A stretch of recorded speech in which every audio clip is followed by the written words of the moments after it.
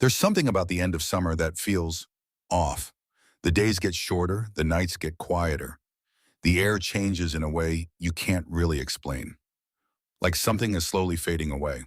For most people, it's just the season ending, but sometimes it feels like something else is beginning. Story 1. This happened a few years ago, right at the end of summer break. I had just finished helping my parents close up our small lakeside house for the season. We only used it during the summer, so by late August, we'd pack everything up and head back home. That night, we stayed one last time before leaving the next morning. Everything was already packed.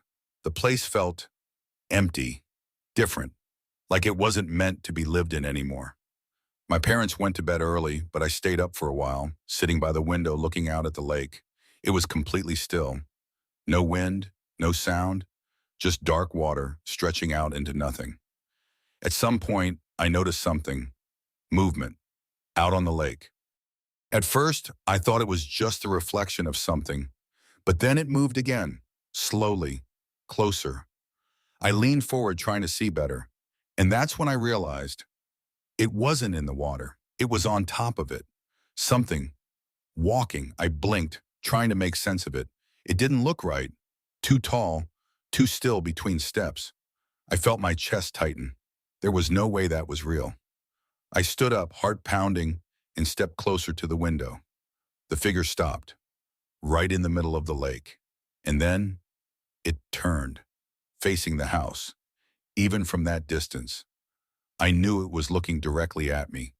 I stumbled back, pulling the curtain shut. My hands were shaking. I stood there for a moment, trying to calm down, telling myself it had to be something else, a trick of the light, anything.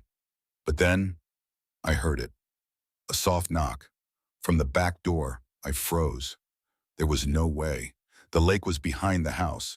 No one could have gotten there that fast. The knock came again, slow, deliberate. I didn't move, didn't breathe, and then footsteps, wet, dragging, moving along the wooden deck, stopping right outside the door. I stayed there completely still until the sound stopped. I didn't sleep that night. The next morning I checked the deck. There were marks, wet footprints, leading from the edge of the lake straight to the door. Story 2. This happened during the last week of summer before school started again. A group of us decided to hang out at an abandoned playground near our neighborhood. It was one of those places that used to be full of kids, but now it was just forgotten. The swings were rusted, the slides were cracked, and the whole place felt like it had been left behind. We went there around sunset, just talking, messing around, trying to make the most of the last few days of freedom. At first it was normal, but as it got darker, things started to feel different.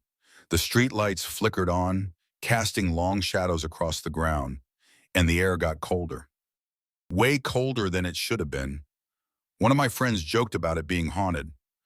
We laughed, but none of us really believed it, until we heard it, a creaking sound from the swings. We all turned at the same time. One of them was moving, slowly, back and forth. No wind, no one near it, just moving. We stared at it, not saying anything, and then it stopped, completely. The silence that followed felt heavy, like the whole place was holding its breath. Then, a laugh, soft, from somewhere behind us. We spun around, nothing. Just empty playground equipment and shadows. "Did you hear that?" someone whispered. We all nodded. No one wanted to say anything else. We started heading toward the exit, walking faster than before. And then, footsteps. Behind us, not matching ours. Too slow, too uneven. We didn't turn around, we just kept walking, faster. The footsteps followed, closer, and then one of us tripped, fell hard onto the ground. We all stopped, turned back to help him up. And that's when we saw it, at the edge of the playground, standing just outside the light, a figure, tall, still, watching. We didn't wait. We ran, all of us, not looking back, not stopping. We didn't go back there again. And a few days later, they put up a fence around the entire playground. No explanation. Story 3. This last one happened at the very end of summer, the night before everything went back to normal. I was home alone. My parents had gone out, and I had the house to myself. It was quiet, too quiet. I was in my room just scrolling on my phone when I heard something downstairs. A door closing. I sat up, listened. Nothing. I told myself it was just the house settling. But then I heard it again. A soft thud from the kitchen. I got up slowly, my heart starting to race. "Hello?" I called out. No response. I walked toward the stairs, each step feeling heavier than the last. When I got to the bottom, the kitchen light was off. The room was dark, but I could feel it. That same feeling. Like I wasn't alone, I reached for the light switch and turned it on. The room was empty, everything in place, nothing out of the ordinary. I let out a breath, turned around to go back upstairs, and that's when I saw it. The back door. Wide open. I froze. I was sure it had been closed, locked. I walked toward it slowly. The night air felt colder than usual.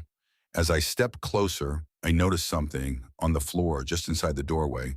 Footprints, wet, leading into the house, not out, in. My chest tightened. I followed them with my eyes. They led down the hallway, toward the stairs, toward where I had just been. I didn't move, didn't breathe.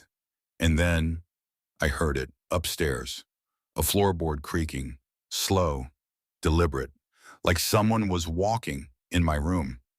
I grabbed my phone and ran out of the house. Didn't stop until I was down the street. I called my parents. They came back immediately. We checked the house together. No one was there. No sign of anyone. Except the footprints. They ended right at my bedroom door. And then they just stopped.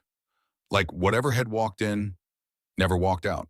Some people say it's just your mind playing tricks on you, that the end of summer just feels strange.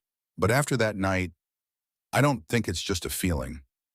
I think something about that time lets things in, things that don't belong.